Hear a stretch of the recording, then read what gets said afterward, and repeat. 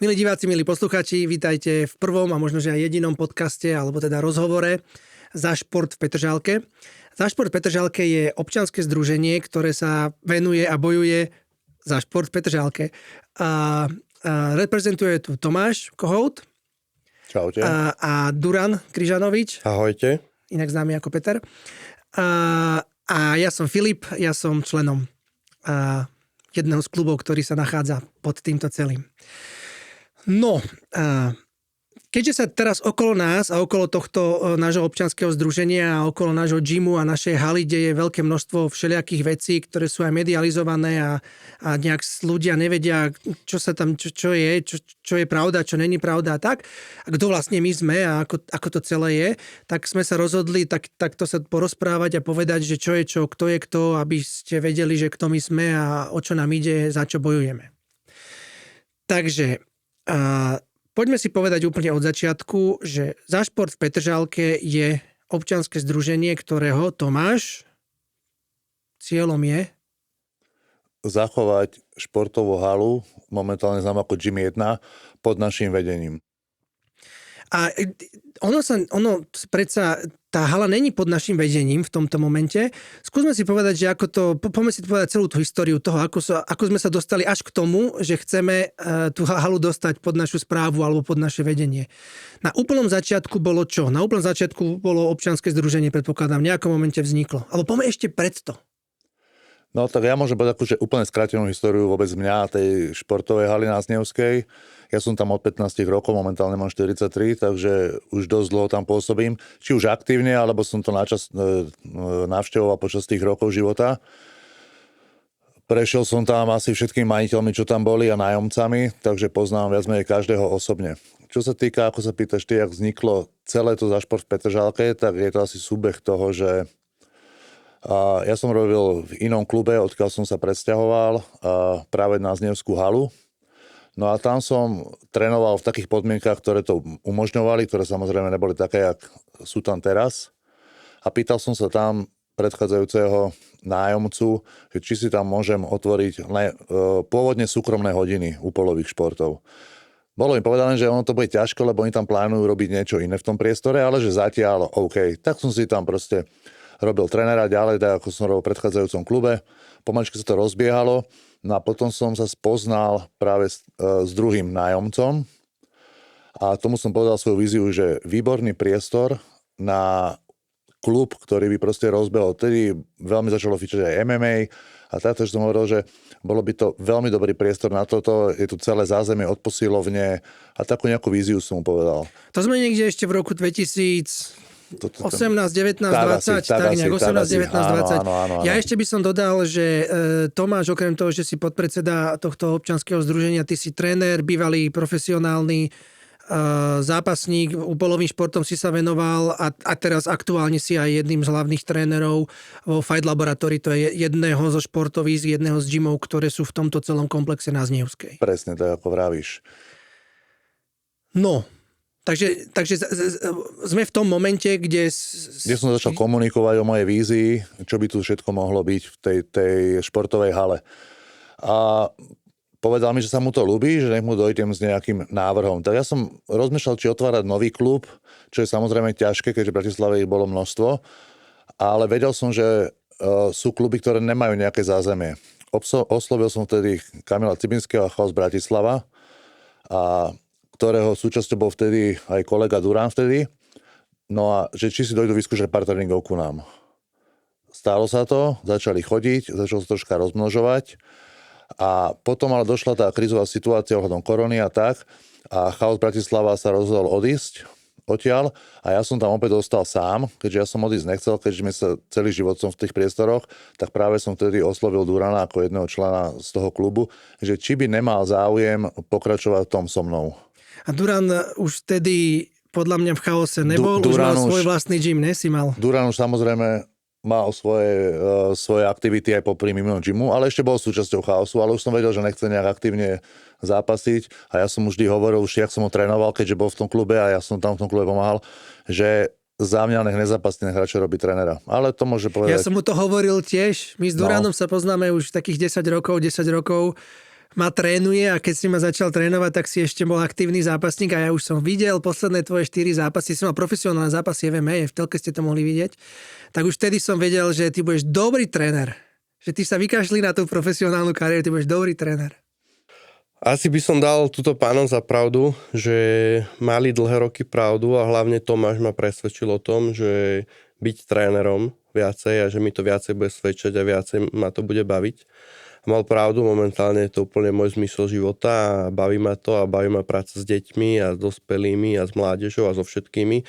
A celé to trénerstvo okolo to vedenie gymu a riadenie, organizácia turnajov a rôzne iné veci okolo ma veľmi náplňa a veľmi baví. Sme radi, že si nás počúval. Presne tak. Dobre, takže už teraz sme sa dostali do momentu, keď si oslovil Durana. My sme s Duranom vtedy už boli v klube, teda ja som bol v Duranovom klube, Duran bol môj tréner, ten klub sídl niekde inde a my sme chceli sa presunúť, mali sme chuť byť vo svojom, byť vo vlastnom, tak to bolo nejako a vtedy ťa oslovil Tomáš. Áno, oslovil ma Tomáš. Realita bola taká, že ja som držal telefón v ruke, že mu idem volať a zrazu mi zazvonil telefón. Tou istou myšlienkou, totožná myšlienka. My sme jedinú vec nenašli rozdielnu v tom našom pláne mať športový klub, venovať sa deťom, venovať sa dospelým, ale najmä teda deťom a mládeži. Čiže nám to obidvom veľmi pekne sadlo do karát a odtedy sme vlastne rozbehli klub Fight Laboratory, ktorý je súčasťou Zašport Petržalke. A teraz sme tu. Ja si to pamätám, my sme sa o tých deckách bavili, podľa mňa strašne dávno, tiež ešte keď sme boli v klube, keď nám prichádzali noví chalani robiť MMA a v rámci našich MMA rozcvičiek sú aj gymnastické rozcvičky, kotúly vpred, kotúly vzad, všelijaké veci, stojky, chodenie po rukách, proste takáto gymnastická mini príprava. A my sme s Duranom videli, že tí mladí chalani nevedia spraviť kotúl vpred, kotúl vzad, oni že úplné totálne základy, stojka na hlave sa, každý sa tam učil stojku na hlave, čo je úplný základ, ktorý by mohol každý mladý človek dokázať, keby teda sa tomu trochu venoval. My sme sa o deckách už dávno bavili. Dobre, teraz vznikol Fight Lab a Fight Lab dostal svoje miesto na Znievskej, vtedy tam bol ešte Chambal Gym a proste v tom našom priestore na Znievskej. A tam sme sa mi presťahovali, ja si to pamätám, sme sa toho tešili, sme mali veľký pekný gym a podporu. Čo bolo ďalej? Ďalej bolo, ešte ťa upresním, Fight Lab. Ja viem, že zvykneš hovoriť Fight Lab. Tam sme s Duranom potom začali riešiť, že ak sa bude volať klub, boli tam rôzne názvy a presne napadlo ma aj Fight Lab, len som si myslel, že jeden Fight Lab je v Peru. A my sme nechceli konkurovať Peru. A ja som nechcel konkurovať Peru, lebo tí, čo ma poznajú, tak vedia, že ja som detailista a proste rád hovorím fakty. A takže sme mysleli Fight Laboratory. No a ako sa pýtaš, pokračovali sme tak ďalej, že úplne na prvých tréningoch detských boli vlastne moje 3 deti a môj synovec.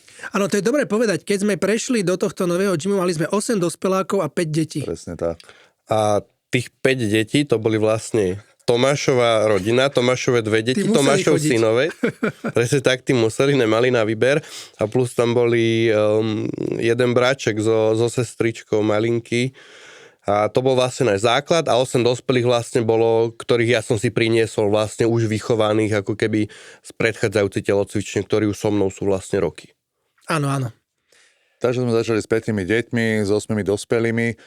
No a čas bežal a len v tom základe teraz tam máme 150 detí a dospelých máme okolo 100 pravidelných cvičencov. Takže myslím, že za tých 5 rokov sa nám podarilo dosť zvýšiť tú kapacitu. No ale aby som sa vrátil k tomu, ako sme sa dostali k Zašport Petržalke, tak jak som vravel, že za tie roky som poznal všetkých nájomcov, ne úplne osobne, ale vedel som, okolo sa vždy jedna. Hej. K tomu môžem tak rýchlo, úplne pôvodne celú halu, ešte pred 20 rokmi dostali ľudia, čo majú aj pen gym. Tí to ale dali odstúpiť. O to prejavil záujem zase pán, ktorý mal arénu gym, ale potreboval nejakého investora, takže oslovil pána Moravčíka. Ten do toho s ním išiel a počasie sa do toho pripojil ešte Majo Čambal. No a nakoniec týchto troch ostal vlastne iba ten pôvodný investor, pán Moravčík. A on to nikdy neviedol, vždy to za neho robil niekto iný. No a On chcel podporovať šport. on chcel podporovať šport. Ja, čo mám informácie, vždy do toho vkladal peniaze a pomáhal. Že bol vlastne naozaj ten finančný investor toho celého. Ešte pred nami. No a ako odišiel aj vlastne tie jeho parťaci, aké by som to povedal, odtiaľ, tak tedy došla tá jeho myšlienka, že to bolo, myslím, že do 3 roky do konca jeho nájmu, alebo 4. Takže tak rok 2023. Tak, môže byť, minus. presne. No a on už to nechcel viesť, lebo on sa tomu, není to jeho... To nie je jeho biznis. Není to jeho biznis, on má iné aktivity. Takže vtedy mňa tak začalo napadať, že bola by to strašná škoda toto nehať len tak na pospas a dostal by to niekto, nevedeli by sme, aká je naša budúcnosť vôbec. Počase sme sa poznamovali aj s tými našimi členmi osobne, samozrejme, že kto čo robí a tak, a zistili sme, že jeden z nás vlastne sa rozumie čísla, má také dobré vízie podnikateľské a aj ohľadom občianskych združení. Tak sme sa nejak začali rozprávať, no a on došiel s myšlienkou, že nebolo by zle vytvoriť občianske združenie a spýtať sa pána Moravčíka, či by to zabezpečilo budúcnosť tej haly, že by sa došlo nejakému prepisu. My sme tedy vôbec nevedeli, že ak to môže fungovať ďalej a tak, že by to robilo občianske združenie ďalej. Hej, zavedlo. No a pán Moravčík povedal, že vypočul si ho a povedal, že to vôbec nie je zlý nápad, jak to myslíte, že poďme do toho.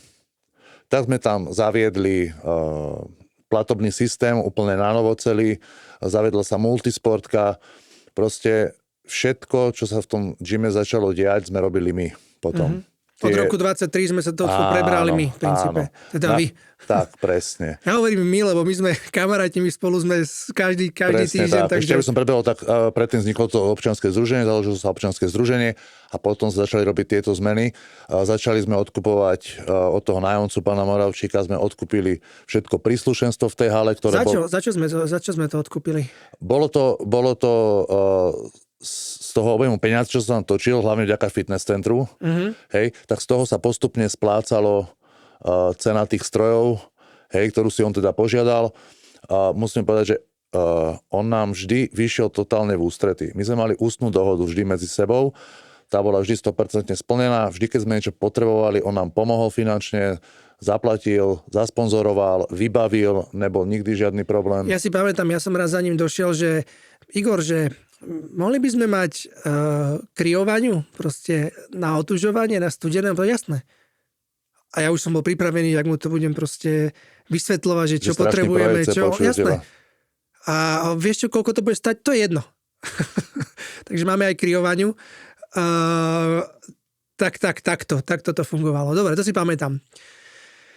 Dobre, super. Takže od roku 23 sme toto občianske združenie Zášpor Petržalke vlastne vyberalo všetko vstupné, všetky permanentky a všetky tieto peniaze, ktoré toto občianske združenie dostávalo z tých ľudí platiacich a plus aj z členov klubu, z nášho Fight Clubu, tak vlastne sme používali na to, aby ste odkúpili všetko náčinie, nástroje. Proste ste sa pripravovali na to, aby ste boli silným partnerom na to, že vlastne pre mesto. Presne tak. Aby ste mohli mestu povedať, že toto všetko my máme, my sa o to vieme starať, tak toto dobre funguje, tuto je náš projekt, toto je naša vízia. S týmto toto bol plán. Toto bol plán, presne ako vravíš. A všetky vlastne tie členské príspevky išli do fungovania toho občianskeho združenia. A hlavne jak sme to v úvodzovkách prebrali, hej, pretože právne to samozrejme stále patrilo nájomcovi. To je Gym One SRO. Gym One SRO, presne tak, ale ako sme sa začali starať o to my ako občianske združenie, tak jednoznačne na tých číslach vidno, že to extrémne stúplo. Aj záujem tých ľudí, návštevnosť sa zvýšila oproti každému predchádzajúcemu ne nájomcovi, ale tomu parťakovi, pána Moravčíka, my sme boli jednoznačne najúspešnejší, čo sa týka čísel. Koľko ľudí začalo chodiť. Keďže do čísel sa dostala totálna transparencia, tak zrazu sa zistilo, že tam chodí viac ľudí. Tak, my sme zavedli naozaj tie platby, všetko, neviem, jak to bolo, nechcem ja nič hovoriť samozrejme, ale proste, jak sa povie, všetko načisto. Aj napriek tomu, ako ty hovoríš, že niektorí, alebo naznačoval si, k tomu sa dostanem, niektoré vstupy niektorých ľudí proste sú zadarmo, tak napriek tomu tie čísla sú proste najlepšie, aké tam kedy boli a myslím si, že to je práve v tom, jak to vedieme. Áno, to si myslím, plus tam vznikla veľká vec, že Duran tým, že tebe sa podarilo tam dotiahnuť obrovské množstvo detí, tak to znamenalo aj obrovské množstvo rodičov, ktorí cvičili, keď tam deti boli. To je taká bežná vec, nie? U vás? Áno. My máme vlastne detské tréningy a tréningy mládeže výhradne bez rodičov. Odovzdajú deti do telocvične a rodičia môžu ísť von. Ešte opravím, že pôvodne to tak nebolo, ale pochopili sme, že prečo je to lepšie. Áno, pôvodne to tak nebolo, ale nejakú dobu to už máme. Rodičia za prach nesmú vstúpiť. Presne tak. Počas Ten, kto vie, čo tréningu. sa jedná, tak presne vie. Tak, každý tréner a športovec pochopí, že prečo. Jasné, ale zároveň, aby ste sa nebali, oni tých detí svoje vidia, vedia si ich pozrieť z terasy, oni akože deti sú úplne Áno, dohľade. jasné. Ale vlastne toto spôsobilo to, čo bol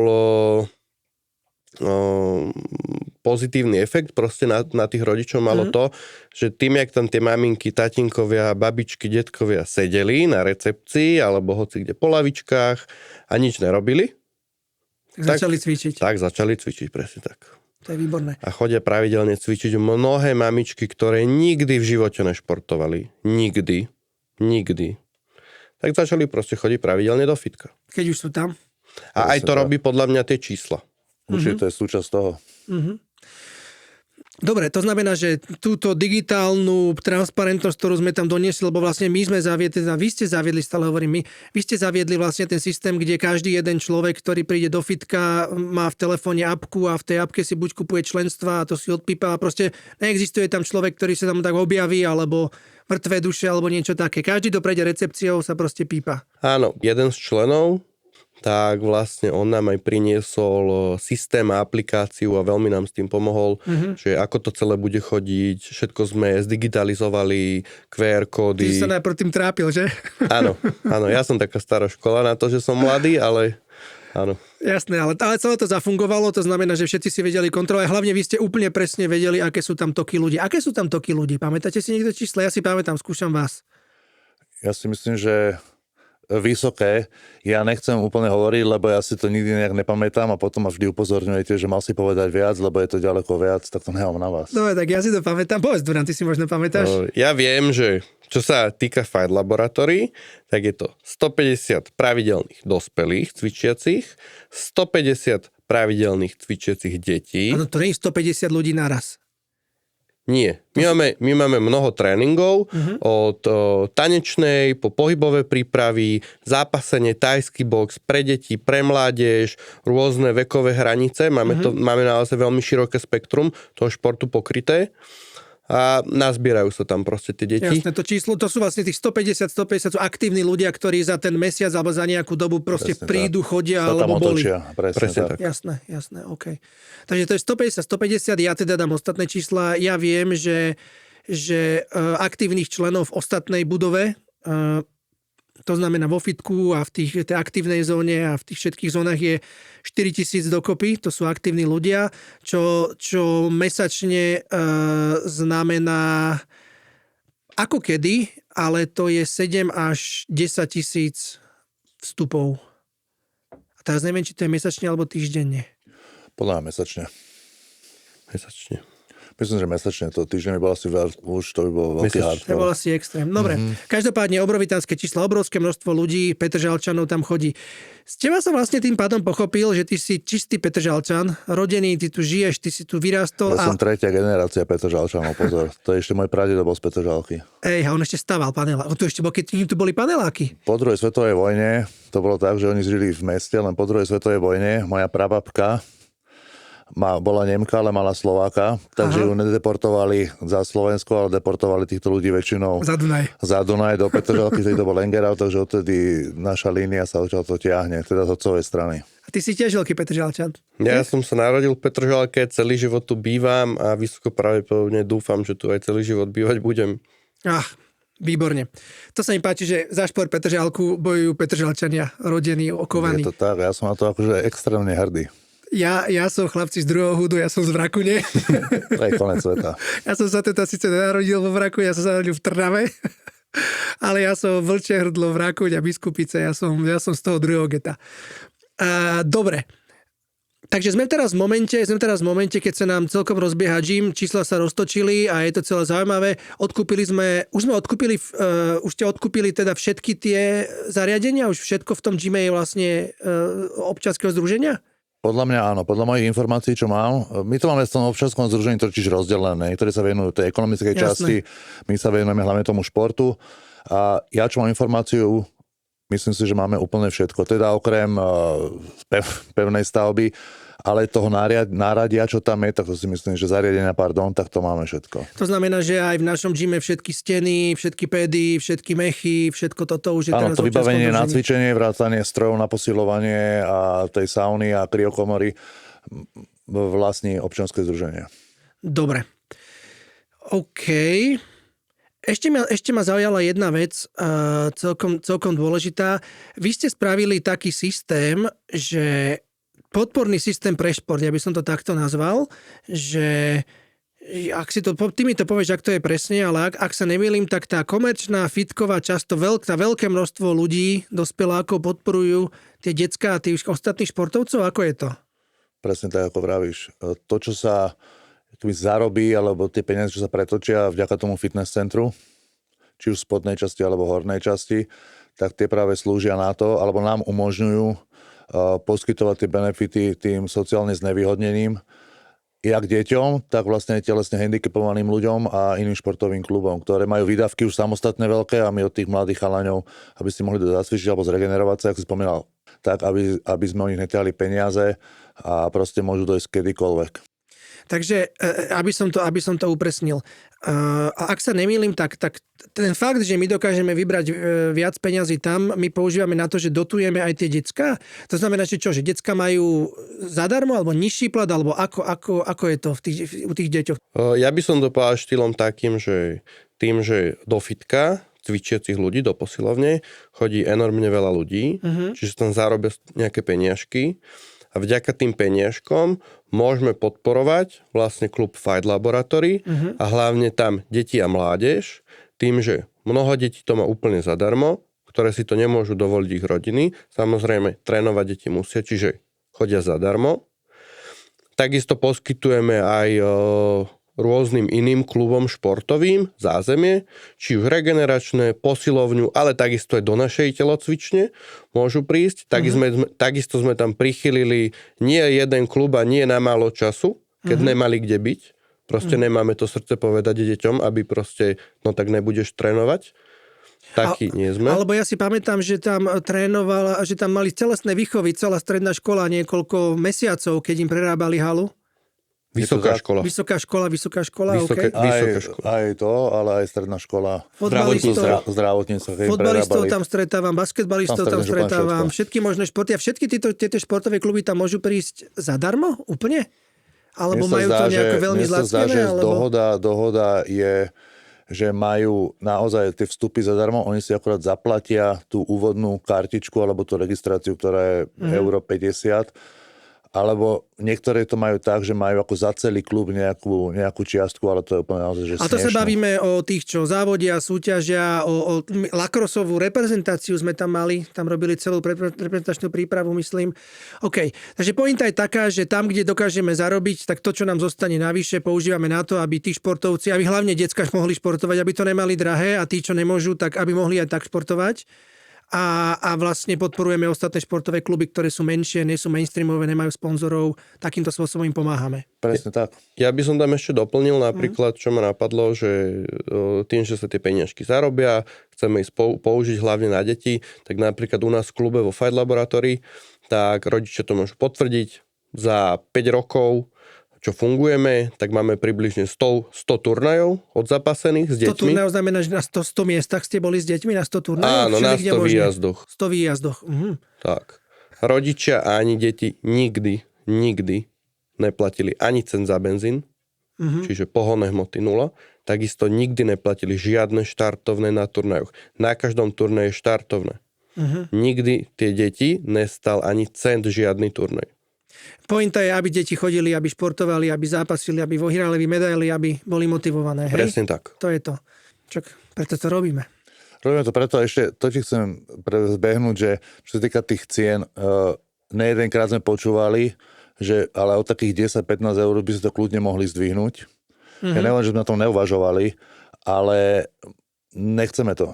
Ja sám mám 3 deti a viem, že keby som mal ešte od každého, už len my to máme tak napríklad nastavené, teraz sa bavíme čisto o detských napríklad, že 50 je za prvé dieťa. Ostatní všetci súrodenci to majú za 30. A tam je tých tréningových jednotiek. To dieťa u nás môže prísť jak na pohybovú prípravu, tak môže o hodinu na to absolvovať ďalší tréning, ktorý je už napríklad čistý zápas, alebo ďalší tréning, ktorý je Thai box, môže kľudne ostať pri dospelých, môže si tam skákať na žinienke ďalej napríklad. To je všetko v tej jednej cene. A to mám 5-krát do týždňa, že to je u nás... máme to tak, aby proste deti trávili čas naozaj tým športom. Tie decká majú, a to som si ja zase zistil, tam je 9 tréningov týždenne. Čisto detské a dospeláckých je 5 tréningov týždenne. To je teda to, čomu sa my venujeme a teraz podľa mňa už prichádzame, myslím si, že sme nič nezabudli povedať a prichádzame ku konfliktu, k prúseru. Ešte by som dodal turnaj. Aha, turnaj, jasné. To je veľké. Povedz o turnaji. Duran je veľmi hrdý na svoj projekt, ktorý sa volá Bratislavský vlčík. Je to medzinárodný zápasnícky turnaj, povedz o ňom. Čo by som k nemu povedal? No, je to medzinárodný zápasnícky turnaj v zápasení voľného štýlu. Je to tu deti a mládeže. To znamená od koľko rokov do koľko? Od 3 do 15. Taký malý špunti tam zápasí. Áno, jediný na Slovensku som vytvoril kategóriu vlastne mini, ktoré od 3 do 5. A oni sa tak naháňajú a pretláčajú a hrajkajú majú vlastne sa, úpolové hry, ktoré ma inšpiroval jeden tréner z Nitry. A je to vlastne, že tí úplne malí linky, tí 3-roční, tak oni sa vytláčajú z kruhu, bojujú o loptičku, bojujú o pások si berú. Keď sa človek na to pozrie, je to veľmi milé a pritom to má veľmi veľa prvkov ako reálneho zápasenia, len to riziko nejakého reálneho boja je tam absolútne minimálne. Aj moja vlastná dcera na to chodí, ktorá má momentálne 3,5 roka a tie deti to zbožňujú. A všeobecne treba povedať, to sme nepovedali, že na tvojich tréningoch tých maličkých detičiek, oni nejak extrémne nezápasia, oni sa kotúľajú, skáču, preskakujú, behajú, nie? Takéto hry majú. Áno, aby môžeme tu špecificky ísť. Máme vlastne pohybové prípravy od 3 do 6 rokov. Tie tréningy sú primárne o gymnastike, atletike, úpolových hrách. Úpolové hry znamenajú presne takéto pretlačanie, naháňanie sa, presne tak. Boj o loptičku, boj o pasok a teda. Zbláznia sa tam deti. Áno, presne tak. Ty prichádzaš o sluch. Ja mám poslušné tie deti. Á, to je pekné. Dobre, takže takto sa bláznia deti a potom, keď už sú trochu väčšie, 7, 8, 9 rokov. Od 6 rokov môžu ísť na normálny bežný zápasnícky turnaj, tak ako poznajú ľudia zápasenie voľným štýlom, olympijský šport. Čiže cieľom je dať vlastne súpera na lopatky. Žiadne udieranie, kopanie, žiadne nič údery, také, žiadne nesmie kopy, nie. Je to čistý úpol akože. A tam od 6 rokov vlastne deti zápasia. Vrátime sa k nášmu turnaju, takže deti sú od úplne miniatúrnych malých kinderiek až po 15 ročných, 14 ročných? Áno, po 15 ročných. U15 je posledná kategória. Koľko detí sa prihlasuje na takýto náš turnaj? 150. 150 detí. Takto, aby som bol presný. 150 detí zápasí na našom turnaji, ale keďže nemáme dostatočnú kapacitu telocvične, tak približne takých 300-350 detí musím odmietnúť. Väčšinou sa to snažím urobiť tak, aby hlavne tie slovenské deti a z okolitých krajín, čiže Poľsko, Česko, Maďarsko, Rakúsko, presne tak, aby boli tam, čo najbližšie Bratislave, proste, aby sme boli spriateľené kluby. Ale veľa detí musím proste odmietnúť, čo ma strašne mrzí, ale... Tak to je, kapacita je kapacita. To treba aj bezpečnosť, aj všetko, jedno s druhým, aj to ustrážiť, aj aby to trvalo normálny čas. Ja osobne by som si na to trúfol. 0 problém. 500 detí by som zmákol. Ale? Len mi dajte priestor. No a vlastne robím 2 typy turnajov. Jeden je Bratislavský vlčík, to je normálne medzinárodný turnaj, kde sa vo väčšine normálne klasicky zápasy, plus je tam kategória tých malilinkých, tých od 3. A potom robím druhý turnaj, to je Mikulajský vlčík, vždy tesne pred Mikulášom vlastne, alebo na Mikuláša, podľa toho, ako to dátumovo vyjde. A to je vlastne turnaj hlavne pre deti, aby sa zoznámili s tým športom. Že o čom to je? Tam sa nezápasí, tam aj staršie deti robia tieto úpolové hry. Čiže nejaké pretlačanie, nejaké vytlačanie. O loptu sa, naháňajú presne sa. Tak.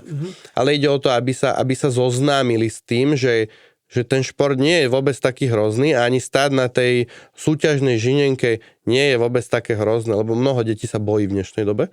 Jasné. A snažím sa to robiť tak, aby tie deti našli tú lásku k tomu športu, aby radi chodili na tie turnaje. A čo rodičia, ako na to oni reagujú? Máš tam 150 detí, takže tam máš možno, že aj 200 rodičov.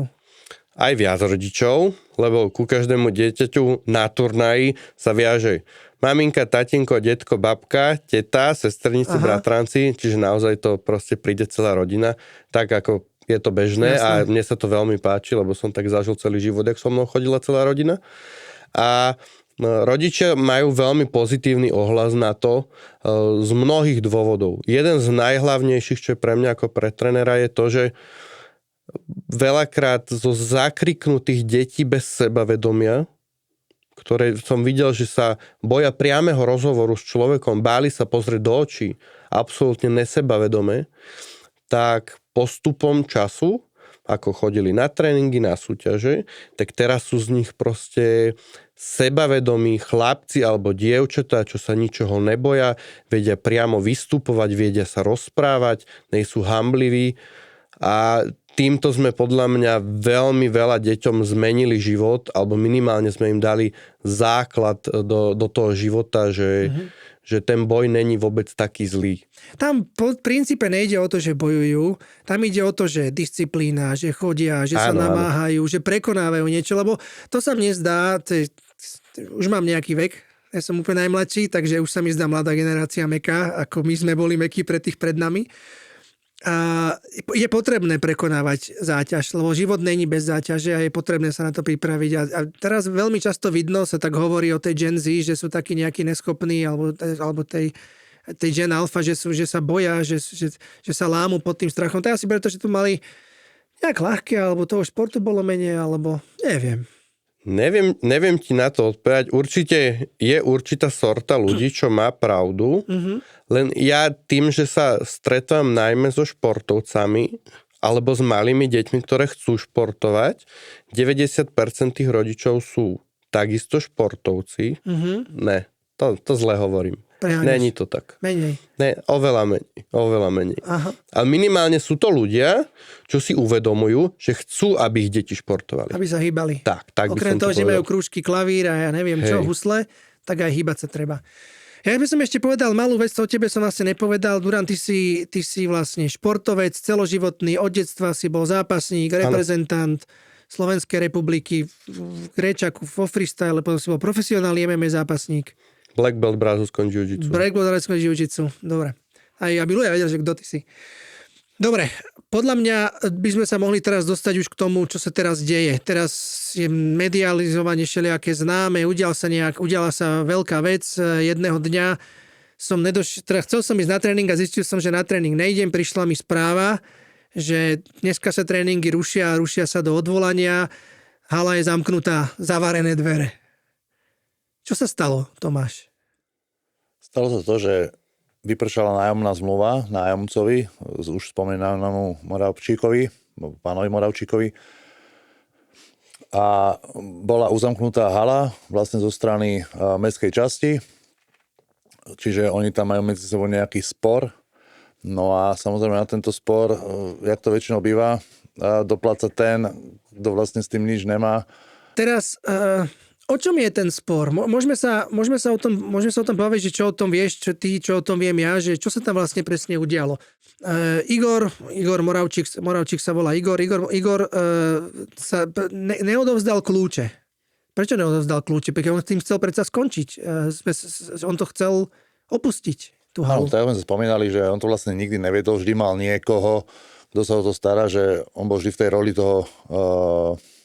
financmajstra, ale investora. Investora, áno, že pomáhal finančne hlavne. ale vy, občianske združenie, ste sa pokúšali dostať, rozprávali ste sa s mestom, chceli ste dostať túto zmluvu, proste pracujete na tom, aby ste mali nájom, aby ste sa mohli starať o toto, hej? My sme dali ako občianske združenie ponuku, viesť to ďalej, bola nejaká odpoveď zo strany mestskej časti, a s ktorou sme my úplne že nesúhlasili, tak sme to dali prerokovať, no a kým sme sa vlastne my nejak dohodli na nejakých podmienkach, ktoré budú jedné aj pre nás, aj pre mestskú časť, tak sa zatiaľ udialo to, čo sa udialo a momentálne mestská časť, jak mám ja posledné informácie, keďže vravím na každý tento aspekt nejakého člena, ktorý sa o toto zaujíma viac, podľa mojich posledných informácií mestská časť nemá záujem rokovať s nami. Dobre, takže čo sme mestská časť? Dobre, to by som potom upresnil. Zúžil by som to, lebo myslím si, že nie je celá mestská časť. Poďme si povedať tie detaily, lebo teraz všelijaké videá sú, všeličo sa hovorí, všeličo sa tuto hovorí, že vlastne Igor mal super malé nájomné a potom na tom zarábal strašne veľké peniaze a takéto niečo, toto som niekde na nejakom videu alebo nejakom statuse videl. Ja som si toto zistil z okolností a zistil som, že to nájomné bolo naozaj smiešné, tam bolo nejakých, že to vychádzalo na nejakých okolo 400 eur mesačne za celú tú budovu. Akurát, že ten, kto to spomenul, to nájomné, tak nespomenul, že tam sú okolo 8 až 10, v zime aj 12-tisícové energie, náklady na čistenie energie, na ľudí, ktorí sú tam na tej recepcii a na to všetko. Takže není to zlatá baňa. A to ty vlastne teraz vidíš, vy to vlastne teraz vidíte, že vlastne všetky príjmy z haly idú cez občianske združenie. Tak ako vravíš, tá pôvodná zmluva, ktorú má pán Moravčík s mestskou časťou, tak naozaj ako vravíš, že je za pomerne smiešnú cenu. Na dnešnú dobu úplne smiešnú cenu. Hej, tak vravíš, že chádza za nejakých možno 400-500 eur na mesiac. Treba ale povedať, že tú zmluvu neuzatváral on, ale úplne pred tými 20 rokmi, jak som spomínal, iná osoba, od ktorej potom odstúpil, ktorá to chcela odstúpiť od toho a Igor Moravčík sa stal investorom pre toho kolegu, ktorý ho do toho vlastne keby natiahol, že či by s ním do toho nešiel. Aha, takže to nie je Igor, ktorý podpísal tú zmluvu. Úplne pôvodne nie, to je úplne pôvodne iný. Tento potom odstúpil, ten sa nehal inú halu, asi 2 nechcel, tak táto zmluva sa predĺžovala. Dobre, a teraz sme teda v situácii, kedy ja by som to trochu oddelil. Ja nerad by som s niekým hádal alebo na niekoho ukazoval prstom. No my keď hovoríme o mestskej časti, tak to není tak, že mestská časť nám povedala nie, nám reálne, akože áno, mestská časť nám povedala nie, ale reálne sa bavíme o starostovi a o jeho malom okruhu ľudí, ktorý sa tam nachádza a má teda veľkú moc. A on je tá osoba, ktorá vlastne hovorí, že nie. No to... Zatiaľ. Respektíve takto, aby sme boli úplne fair. Čo nám rozpráva sa s nami starosta, niečo nám ponúkol, alebo ako to je? Za nás, my sme dávali tie echa oveľa skôr, že by sme sa mohli rozprávať o tom našom projekte, o tej našej vízii. Čo to je skôr? No, myslím, že prvé stretnutie bolo niekedy... V mesiacoch alebo v rokoch? V mesiacoch dozadu, v mesiacoch. Hej, bolo prvé... Čiže vy ste vedeli, že už končí toto a chceli ste to proste... Áno, my sme vedeli, že už to je tak nejak pri konci.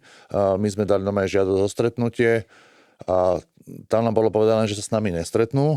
Nakoniec sa nám ozvala pani vicestarostka, že sa s nami stretne, tak sa s nami stretla, my sme povedali svoju víziu. Ja musím povedať, že ona povedala, že na 99% sa to zhoduje s víziou pána starostu, až na ten detail, že on chce viesť tú halu. Že tieto športy, všetko tam akože OK, čo sa týka klubov a tak, ale on chce viesť halu.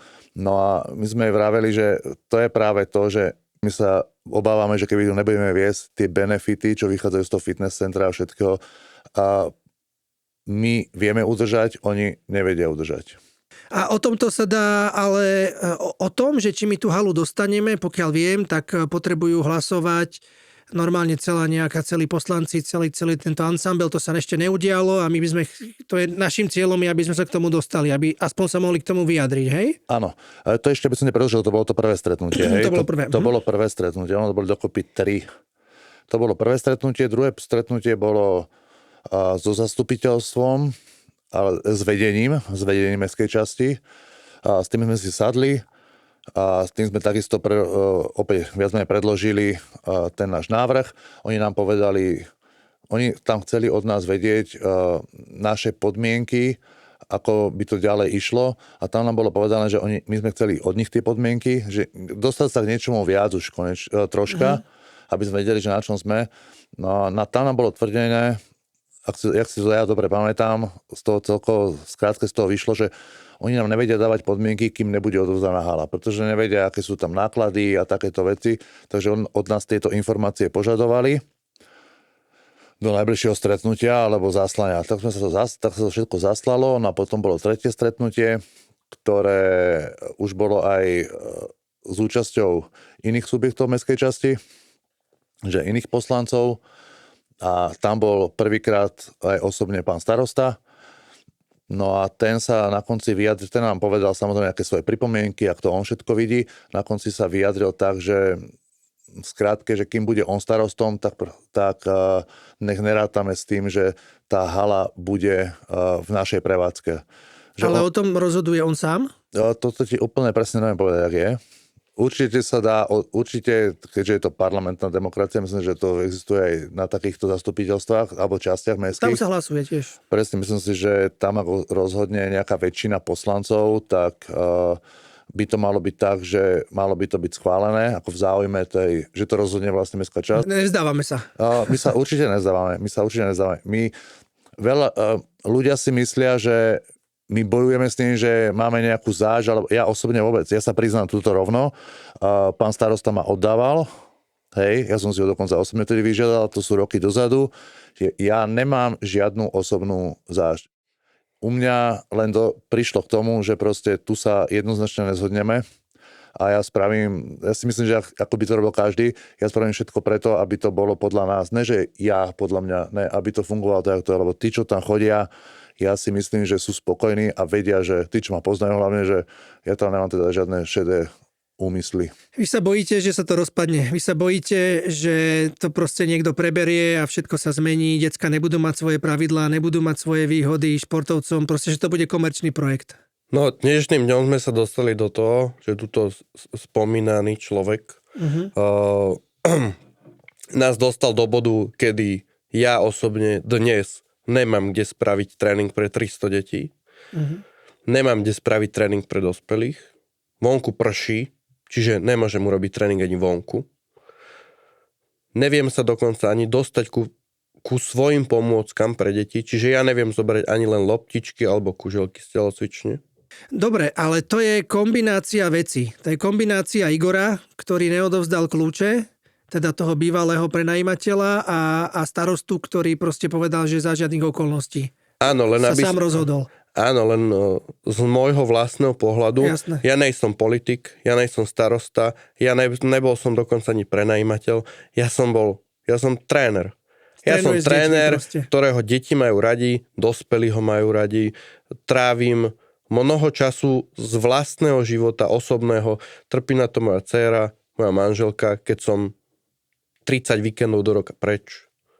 Tak ja sa pozriem na to spolu toho, že stalo sa, čo sa stalo, ale najviac toho teraz trpia deti. Deti nemajú kde trénovať, mne volajú rodičia, mne volajú deti samotné, mi volajú staršie, že pán tréner, čo budeme robiť? Ja im neviem, čo mám povedať, lebo nikto nevie, čo sa proste bude diať. Ideálny výsledok je, aký to máš? Čo myslíš, čo je ideálny výsledok? Čo by podľa teba bolo v ideálnom svete? Alebo čo by si ty chcel? Alebo za Šport Petržalke občianske združenie, čo by sme chceli dosiahnuť?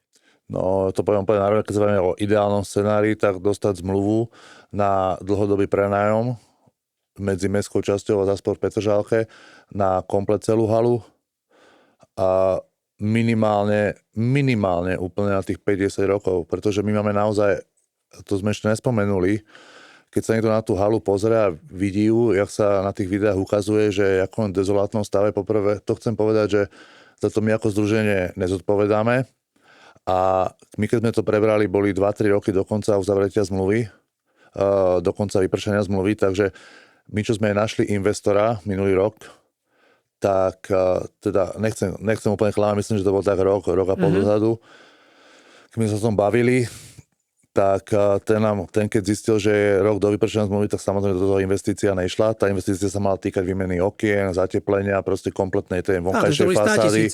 To sú za mňa určite sú 100 000. Takže my teoreticky vieme sa o tú budovu postarať. My sa o tú budovu vieme postarať, bolo to aj povedané mestskej časti. Tá samozrejme tá argumentovala, že o to sa vedia postarať aj oni. My sme im povedali, tak sa postarajte, že nám to nerobí problém, postarajte sa o to oni, vy a my vám budeme platiť nájom, alebo sa o to postaráme my a o to samozrejme žiadame, čo je normálne, aj potom zníženie nájmu, keďže my do tej budovy sme ochotní investovať. To, čo si ty povedal, je ideálny výsledok na konci, ale ja by som povedal, že ideálny by bolo pre nás, aby aspoň prebehol normálny demokratický proces, aby poslanci mohli hlasovať o tomto našom návrhu. Lebo zatiaľ je to celé zablokované, akoby. Teraz je jún, začiatok júna, myslím, že teraz je ešte nejaké hlasovanie, či to tam bude, nebude. Toto je úplne, že mimo nás. My nevieme tieto veci, nemáme to nejako vplyvniť. Naozaj, my sme to poskytli všetkým poslancom, tú našu víziu, tie materiály a tá naša vízia a vôbec tento problém podľa mňa vedia o tom všetci, lebo poslali sme maily úplne všetkým. Ozaj, tí poslanci sa aj nejako vyjadrili? Vy máte od nich nejaký feedback niektorý? Aspoň viete, či sa im to páči, nepáči? Tušíš, ako to je? Podľa mojich informácií feedback je z niektorej strany pozitívny, z niektorej strany taký neutrálny, ale nám je povedané, že pán starosta tu má naozaj, že veľkú, akože v týchto veciach mám veľkú silnú právomoc. Takže ja neviem úplne bližšie, že čo k tomu je. A to chcem ešte stále, ja to budem zdôrazňovať stále. My ako Zašport Petržálke, my nemáme vplyv na to, ako dopadne ten vzťah medzi pánom Moravčíkom a pánom starostom Hrčkom. Ešte by som chcel povedať jednu vec, to by som chcel ujasniť. Igor Moravčík, on je nejakým spôsobom spojený, prepojený s občianskym združením, on je nejako členom, alebo čo je? Nie, absolútne. To bolo... To vzniklo kvôli tomu, to je tak, sme sa bavili, presne to vzniklo preto, to občianske združenie, že my sme mali nejakú takú víziu, že my poprosíme predtým, že o nejaký prepis, ja neviem, či je to právne možné, že nejaký prepis toho spravovania z GYM 1 na Zašport v Petržálke s tým, že potom my ďalej požiadame o predloženie a bude to všetko ďalej pokračovať. Možno sme si to idealizovali. To znamená, že ak by sa všetko podarilo, nejakým spôsobom by sa to dostalo k hlasovaniu, ak by poslanci hlasovali pozitívne za to, že sa im zdá tento náš projekt ako dobrý nápad, tak potom Igor bude náš hosť, alebo sa príde iba na nás pozrieť, on už nebude mať nič spoločné s tou halou? On nebude mať žiadny príjem, nič nebude dostávať od nás? Absolútne, on je mimo toho. On aj teraz je, pokiaľ viem... On aj teraz, toto musím zopakovať, ak je dané, ja neviem, aký príjem on z toho môže mať, ale podľa čísel, čo som ja videl, to teda rozhodne nie tak, ako sa tvrdí, že my mu dávame 10 000 mesačne ako nájom teraz momentálne, on zaplatí za rok, teraz buchne 3 000, lebo tá suma je tak, jak si spovedal, tá pôvodná 20-ročná zmluva, ktorú nepodpisoval on vtedy, tak to tak znie, že on má zisk 100 000 ročne na tom, hej, lenže tam už není povedané B, že v tom sú všetky náklady od prevádzky, od tej upratovačky až po zašrobovanie toho stroju, keď sa pokazí, že viac menej v tom je. Ja som tie náklady počítal, ja som si ich zisťoval, oni sú okolo 12 000 mesačne. Čo sa týka investície, vravím, pred rokom a pol sme našli investora, ale keď sme mu povedali, že keď je koniec tej zmluvy, tak povedal, že to si musíme vyriešiť, že on nepôjde do niečoho takisto, čo nebude minimálne na 5 rokov a takisto aj o eurofondy, o ktoré sme zažiadali, ktorým sa ľúbil ten projekt na tom oddelení, to ja sa v tom úplne nevyznám, že povedali, že je výborná vec, ale tiež keď sme povedali, že tou halou to vyzerá tak, jak to vyzerá, tak povedali, že veľmi radi, že ako náhle tam je tiež zákonom dané, že musíte prevádzkovať minimálne 5 rokov, aby ste dostali takéto veci. Čiže pre nás tie zmluvy, jak nám bolo navrhnuté, že každé 3 mesiace, to bolo, myslím, že tam bolo navrhnuté úplne záverečná, teraz bola na mesiac, potom do konca roka. Poďme k tomu. Okay, poďme k tomu. Poďme si to teraz opakovať. Akú ponuku, alebo aké zmluvy, alebo ponuky dostalo Zašport Petržálke od starostu? Lebo starosta predsa tvrdí, verejne tvrdí, že on dal všetkým športovcom šancu na predĺženie zmluvy. To je pravda? Prvá ponuka od mestskej časti, tým sa rozumie to vedenie. od mestskej časti bola do konca júna. Že do konca júna, pretože v tom prípade samozrejme, ak nájomca, už spomínaný pán Moravčík, odovzdá kľúče do rúk pánovi starostovi a že on v tom prípade s nami uzatvorí zmluvu do konca júna s tým, že jak sa nemýlim, on nemá právomoc momentálne kvôli nejakej výške nájmu to prenajať na dlhšie ako na 1 mesiac. Priamo sám osobne, áno, ako keby. Áno. A s tým, že, jak som spomínal, v tom júni bude zasadanie ešte, kde sa to má predložiť do konca roka, kde bude odhlasované, že sa tento záväz, tá ponuka alebo tá zmluva predloží do konca roka. Ale, to je tvrdenie. Áno, to je tvrdenie, ale čo bude po decembri, nevieme. S tým, že tam bola pre nás neakceptovateľná, tak ako ja to nesúdim, súdia to právnici, keď sme im tú zmluvu ukazovali, 15-dňová exekučná doložka, to znamená, že ak sa niečo stane, tak do 15 dní sa treba vypratať. Čo by sa mohlo stať? Ja si pamätám, ja som tam nebol pritom, ale ja si pamätám, že právnici hovorili, že to je extrémne nevýhodná zmluva, že to je zmluva, kde keď čokoľvek, tak nás môžu vypratať kedykoľvek. No to si asi počul to, že ja som úplne s tými právnikmi nekomunikoval, mne bolo len povedané, že toto je ich analýza, že toto nemôžeme podpísať, že 15 dní je naozaj extrémne krátka doba na takéto, plus s tým, že už to vedenie haly by nebolo 100% ani teraz. Hej, že už by tam boli nejaké... Oni iba športoviska chceli prenajať, že? Áno, tam sa furt bavíme, čo je športovisko, čo nie je športovisko, čo je využívané, čo není využívané. Skrátka, už by to nebolo v tom modeli, čo to je teraz. Hej? Ale nebolo povedané, že čo sa stane po tom 31. decembri, že čo by sa stalo. Čiže naše investície, všetko to, proste nikto do toho nepôjde do takejto záležitosti. Ale ja viem, že ešte bolo potom nám bolo ponúkané, taká možnosť bola, že každé 3 mesiace by sa zmluva predĺžovala alebo ponúkala, kým sa mestská časť nerozhodne, že čo s tým ďalej. A to je tiež také, to je také nejaké. Ja by som tam ešte doplnil to, že keďže nemáme klub o 5 deťoch a 5 dospelých, ale o 150 deťoch a 150 dospelých, tak pre nás je každý jeden z týchto návrhov absolútne neakceptovateľný. 1 mesiac, potom čo? Keby sa vedenie rozhodne, že to nepredĺží, tak čo? Tak zase sme... No to je to druhá vec, že keby sa to neschválilo na tom zasadaní teraz v júni, tak keď si vidíme, čo sa deje, tak ťažko sa nám to dôveruje, no, ťažko.